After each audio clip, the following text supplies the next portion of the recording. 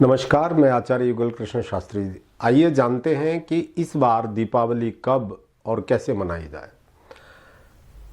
चारों तरफ इस बात की शंकाएं लोगों के मन में उत्पन्न हो रही हैं कि दीपावली 31 अक्टूबर को मनाई जाए या 1 नवंबर को दीपावली का पर्व मनाया जाए। जैसा कि दीपावली पर्व में हमारे जो प्राचीनतम ग्रंथ हैं, जिनमें से धर्म सिंधु है, निर्णय सागर है और तिथि निर्णय आदि नाम के जो ग्रंथ हैं, उनमें दीपावली तिथि को मनाने का जो बताया गया है, उसके अनुसार तो इस बार दीपावली 1 नवंबर को ही मनाने का विधान है। उसमें जो है वो कहा गया है कि जो तिथि दीपावली की तिथि में यदि हम पूजन करते हैं तो जो प्रदोष काल व्यापिनी तिथि हो और जो सूर्योदय से युक्त हो, उस तिथि में इस बार 31 तारीख को 3 बज करके कुछ मिनट पर अमावस्या का आरंभ हो रहा है। माना कि उस दिन अमावस्या का आरंभ हो रहा है, तो वैसे तो अमावस्या पितरों का दिवस माना जाता है। पितरों का भी दोपहर का समय, जिस समय पितरों का दिवस है उस समय भी दीपावली दोपहर के समय पर नहीं है, संध्या के समय है। तो जो लोग पितरों के लिए थाली आदि निकालते हैं, जो पितरों का तर्पण करते हैं, उस दिन वो भी नहीं होगा, क्योंकि दीपावली तो संध्या के समय लग रही है, लगभग 4 बजे के। तो उस समय में 31 तारीख को माना कि प्रदोष काल उस समय लग जाएगा जिस समय हमें पूजन करना है। लेकिन इसमें भी निर्णय सिंधु और तिथि निर्णय आदि जो शास्त्र हैं, पुराण ग्रंथ हैं, उनमें वर्णन मिलता है कि जो तिथि सूर्योदय से युक्त हो और प्रदोष काल से भी युक्त हो, यदि उसमें दीपावली मनाई जाए तो वो अति उत्तम रहेगी।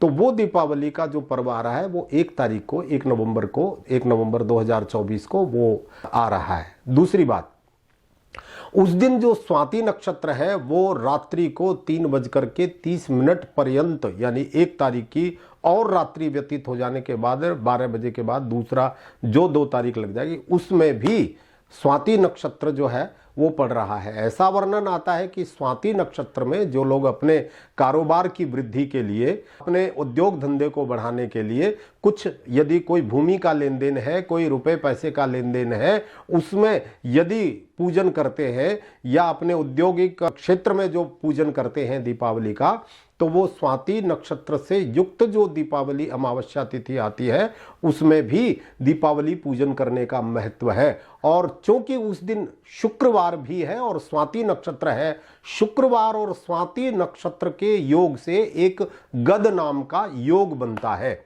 वैसे उस दिन आयुष्मान योग भी है और आयुष्मान योग के साथ साथ में गद योग भी बन रहा है।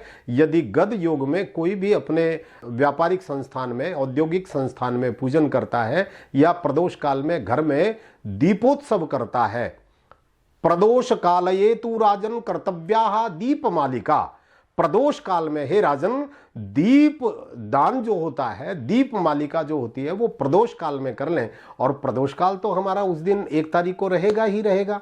तो यहां ये निर्णय होता है कि हम 1 तारीख को दीपोत्सव करें, दीपावली मनाएं, दीपावली का माँ लक्ष्मी का पूजन करें और कुबेर भंडारी का पूजन करें, भगवान गणेश जी का प्रणम्य शिरसा देवम गौरी पुत्र विनायकम भक्तावासम स्मरे नित्यम आयुष कामार्थ सिद्धये। जो भगवान गणेश जी का पूजन स्वाति नक्षत्र में, स्वाति नक्षत्र से युक्त इस दीपावली को पूजन करता है, उसके घर में धन धान्य की वृद्धि होती है, उसके कारोबार में वृद्धि होती है, उसे भूमि का सुख प्राप्त होता है, उसे वाहन का सुख प्राप्त होता है, उसे गृह सुख प्राप्त होता है, भृत्य आदि का सुख प्राप्त होता है, उसकी सर्वत्र विजय होती है और उसको धन लाभ की प्राप्ति होती है। विशेषकर से कार्तिक में दीपावली का यही एक पूजन का विशेष जो समय माना गया है। अब जो अपने व्यापारिक संस्थानों में इनका पूजन करना चाहते हैं वो प्रातःकाल 10:03 से लेकर 12:07 तक धनु लग्न है।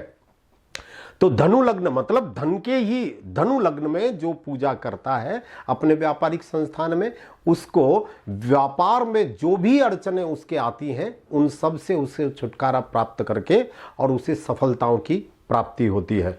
जो लोग अपने व्यापारिक संस्थानों में धनु लग्न में पूजन करेंगे, या जो लोग कोई मशीनरी आदि को चलाते हैं अपने फैक्ट्री में, कोई मशीनरी है, कोई लोहे का काम है, कोई लकड़ी का काम है, या किसी पत्थर का काम है, या कोई लोन लेने देने का जो है ना काम है, ऐसे व्यक्ति शेयर्स मार्केट में जो काम करते, वो मकर लग्न में और धनु लग्न में भी इसका पूजन कर सकते हैं। अपनी फैक्ट्रियों में वो पूजन जो है इस समय में भी कर सकते हैं, मकर में और कुंभ लग्न में, क्योंकि मकर और कुंभ लग्न का स्वामी शनि है। किसी भी प्रकार का कोई तेल का कार्य उनकी फैक्ट्री में होता है, या कोई ऑयल का काम होता है, या खल बिनौले आदि का कार्य होता है, या और जो शनि से संबंधित कार्य है उनके यदि औद्योगिक संस्थान में इस प्रकार का कार्य होता है तो उनको मकर और कुंभ लग्न में, यानी कि 12:07 के बाद में 3:15 तक ये मकर लगन रहेगी और कुंभ लगन रहेगी। इसमें उन लोगों को पूजन करना चाहिए। और घर में तो अपने शाम के प्रदोष के समय, प्रदोष में ऐसा आया है कि दूसरे दिन का, यदि दोनों दिन प्रदोष आ जाए तो दूसरे दिन वाला प्रदोष जो है काल मान्य होगा। तो दूसरे दिन में 1 तारीख को प्रदोष काल आ रहा है। अब यहां पर एक बात और जो है, दीपावली के दिन लक्ष्मी जी का ही पूजन और गणेश जी के साथ में क्यों किया जाता है? गणेश और लक्ष्मी का संबंध क्या है, इनका रिश्ता क्या है? तो भगवान गणेश जी और लक्ष्मी जी का जो संबंध है वो माता और पुत्र का जो है ना उनका संबंध है। दूसरी बात, एक और प्रश्न यहां पर उठता है कि हम दीपावली मनाते ही क्यों है? दीपावली 2 युगों का त्योहार है। केवल हम लोग केवल ऐसा जानते हैं कि भगवान श्री राम इस दिन अयोध्या में लौट करके आए, 14 वर्ष का वनवास काट करके, रावण को मार करके जब लौट करके आए तो अयोध्या वासियों ने दीपोत्सव किया। ये बात बिल्कुल सत्य है कि दीपोत्सव भगवान के आने पर अयोध्या वासियों ने किया। लेकिन इससे भी पूर्व जब माँ लक्ष्मी का सतयुग में समुद्र से उनका प्रादुर्भाव हुआ तो तब देवताओं ने माँ लक्ष्मी की पूजा की और भगवान लक्ष्मी की प्राप्ति नारायण को हो गई। तो एक तो सतयुग का ये त्योहार, क्योंकि इसी दिन दीपावली के दिन ही लक्ष्मी जी समुद्र से उत्पन्न हुई, तो एक तो सतयुग का त्योहार। और दूसरी बार जब ये आने लगा तो भगवान श्री राम त्रेता में जब रावण को मार करके आए तो दीपोत्सव किया, तो ये त्योहार मनाया जाने लगा। लेकिन इस त्योहार पर लक्ष्मी का ही पूजन, जबकि राम जी आए थे तो राम जी का पूजन होना चाहिए था, तो बोले लक्ष्मी का पूजन, और वो भी गणेश जी के साथ में क्यों होता है ना? इस दिन माँ लक्ष्मी जागृत होकर के और अपने पुत्र गणेश जी के साथ में आती हैं। अपने पुत्र गणेश जी के साथ में इसलिए आती हैं क्योंकि जब लक्ष्मी जी संसार को अपने धन और संपत्ति को प्रदान करती हैं तो इसके लिए उन्होंने अपने कार्य के लिए एक कुबेर नाम के भंडारी को नियुक्त किया कि आप इसको भंडार करके रखें और जो है ना लोगों को। लेकिन कुबेर जी बड़े कंजूस थे, कृपण थे, वो लोगों को देते नहीं थे बिल्कुल। बहुत ही जब उनके ऊपर दबाव आता था तभी जाकर के वो लोगों को देते थे। तो माँ लक्ष्मी ने कहा कि यदि ये मेरे प्रजा को काम ही नहीं आया, मेरी संतान के लिए, संसार वालों के लिए यदि धन की का कार्य नहीं हो पाया तो फिर इस धन का उपयोग क्या रहेगा? तो उन्होंने नारायण से बात की तो भगवान नारायण ने कहा कि आप इसके लिए अपने भंडारी को बदल दो, अपना कैशियर जो है ना वो बदलो और भगवान गणेश को अपने कैशियर के रूप में लगाइए। तो भगवान गणेश को उनके कैशियर के रूप में रखा गया। और भगवान तो विघ्नों के हरण करता है, विघ्नों को दूर करने वाले हैं, सब प्रकार से रिद्धि और सिद्धि के देने वाले हैं। तो गणेश जी ने सबको देना आरंभ कर दिया। जो भी भगवान गणेश जी का पूजन इस दिन करता है और जो भी भगवान गणेश जी को प्रणाम करता है उसकी सभी मनोकामनाएं भगवान गणेश जी पूरी करते हैं। तो माँ लक्ष्मी ने भगवान गणेश को वरदान दिया कि जहां मैं नारायण जी के संग में नहीं जाऊंगी, हे पुत्र गणेश, वहां तुम मेरे साथ में चल करके मेरे साथ में पूजन के अधिकारी बनोगे। क्योंकि कार्तिक के महीने में भगवान नारायण विश्राम कर रहे होते हैं, वो एकादशी वाले दिन जागृत होते हैं और माँ लक्ष्मी उनसे 11 दिन पहले ही जागृत हो जाती हैं। तो आज अमावस्या को, क्योंकि नारायण तो अभी निद्रा में विराजमान है, निद्रा में वो सो रहे हैं, तो गणेश जी के साथ में माँ लक्ष्मी आती हैं और अपनी प्रजा के ऊपर वो उपकार करते हैं, उनका भला करते हैं, उनका हित करते हैं।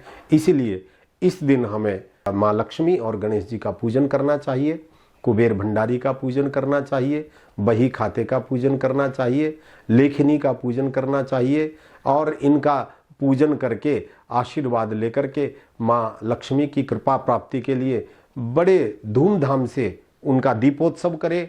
दीप मालिका जला करके माँ लक्ष्मी के स्वागत में उनका पूजन करता हुआ, जो उनका पूजन करता है उनको पंचामृत से स्नान कराता है और धूप दीप नैवेद्य आरती आदि से माँ लक्ष्मी को प्रसन्न करता है। खीलों का प्रसाद भी चढ़ाते हैं और इस दिन खिलौने, जो खांड के बने हुए खिलौने होते हैं, उनसे भी माँ लक्ष्मी को भोग लगाया जाता है और बहुत सुंदर मिठाइयाँ बना करके उनसे भी माँ लक्ष्मी को प्रसन्न जो करता है, उसके घर में माँ लक्ष्मी की पूर्ण कृपा प्राप्त होती है।